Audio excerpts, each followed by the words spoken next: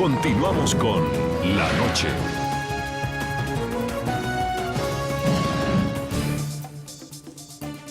$15 millones de colombianos viven en zonas rurales. Esta población es la que mayor expectativa tiene frente a lo que pueda pasar con el acuerdo agrario logrado entre el gobierno colombiano y la organización terrorista de las FARC. Tras los argumentos del gobierno que define el acuerdo como una reforma rural integral, surgen dudas acerca de hasta dónde las pretensiones de la agrupación criminal definirán el futuro del campo colombiano.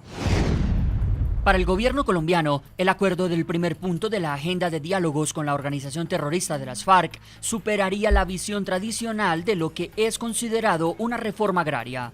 Hace énfasis en la presencia del Estado en todas las zonas rurales. Crea una jurisdicción agraria para la protección de los derechos de propiedad. Pretende actuar de manera efectiva y real sobre los efectos que el conflicto ha tenido en las comunidades y en los territorios rurales. Pese a la claridad que la delegación sentada a la mesa con el grupo criminal quiere darle al denominado acuerdo agrario, persisten las dudas sobre si las pretensiones de las FARC terminarán convirtiéndose en una reforma de fondo al agro colombiano. Con salvedades puntuales que necesariamente tendrán que ser retomadas antes de la concreción de un acuerdo final. Reservas campesinas.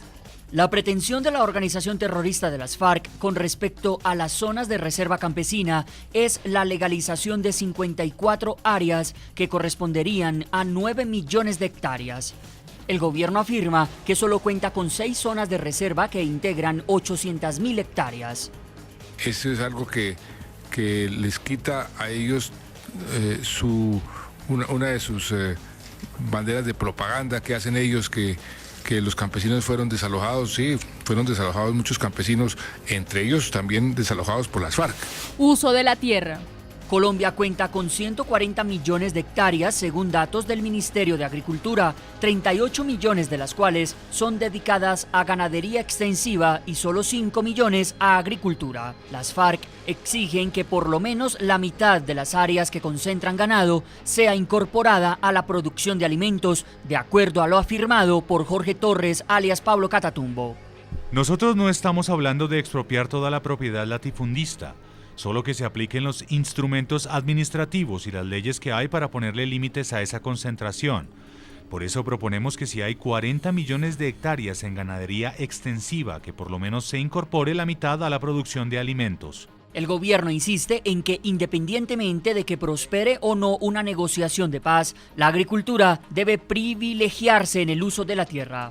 Está centrado en la gente, la economía campesina, el desarrollo territorial, el impulso de la infraestructura rural, créditos, agua potable.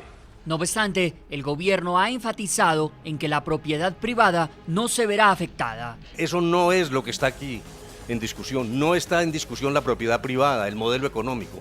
Las FARC tienen derecho a tener sus ideas y a exponerlas sin armas. Aquí lo que queremos es terminar un conflicto.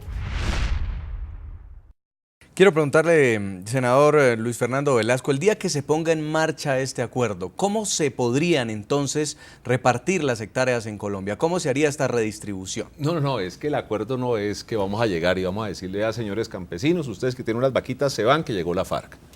No, eso no es. Uno no puede caricaturizar unos temas tan importantes. Mire, en las economías modernas es evidente que los países tienen que tender hacia la producción de alimentos a través de la agricultura y la ganadería, que es necesaria en vez de ser extensiva. Me explico. Dejamos de pensar en grandes haciendas con 2 mayordomos y 1000 vacas para pensar en pequeñas propiedades en donde a través de estabulación y todo eso generemos una dinámica económica de carne diferente a la que tenemos. O sea, modernizar la ganadería, modernizar la agricultura. Eso es lo que se está buscando. Mire, si uno lee el acuerdo, oiga estas palabras. Primero, que me pareció muy importante que ustedes lo señalaran, un guerrillero de la FARC diciendo no pedimos expropiación, sino que se apliquen las leyes, las actuales leyes. Segundo, hablan de formalización, fondos de tierras. hablan de planes de vivienda, educación, adecuación de tierra, infraestructura, recuperación de suelos.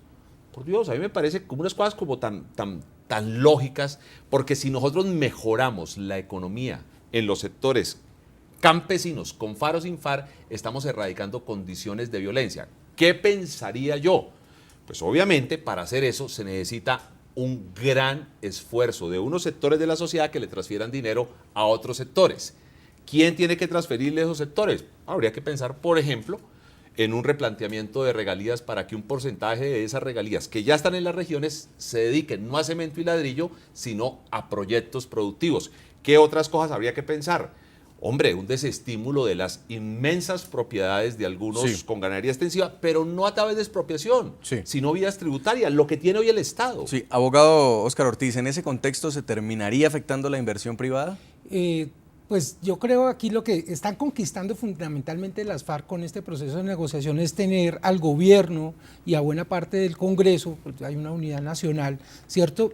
Donde seguramente van a poder decirle al Partido Liberal, los de las FARC, ideas que gobiernen. O sea, los de las FARC están poniendo la agenda programática del gobierno sin haber obtenido los votos. Eso es lo que está derrumbando. Entonces, efectivamente son los ciudadanos, los pacíficos, los que no tenemos injerencia en los asuntos públicos, sino que ahora nosotros, todos los colombianos, estamos pendientes, y sus autoridades en el gobierno y en el Congreso, pendientes de lo que dice una organización de terroristas que está conformada por menos de 8.000 personas. Y entonces por esa vía pues se está derrumbando. Desde luego es un desestímulo de la inversión privada, porque eso lo que demuestra es que efectivamente aumenta la inseguridad.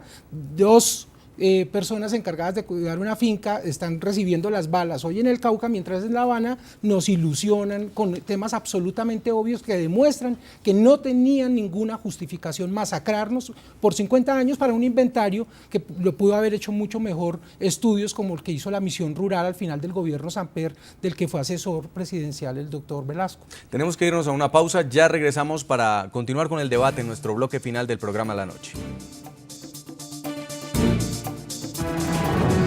Ya regresamos con La Noche.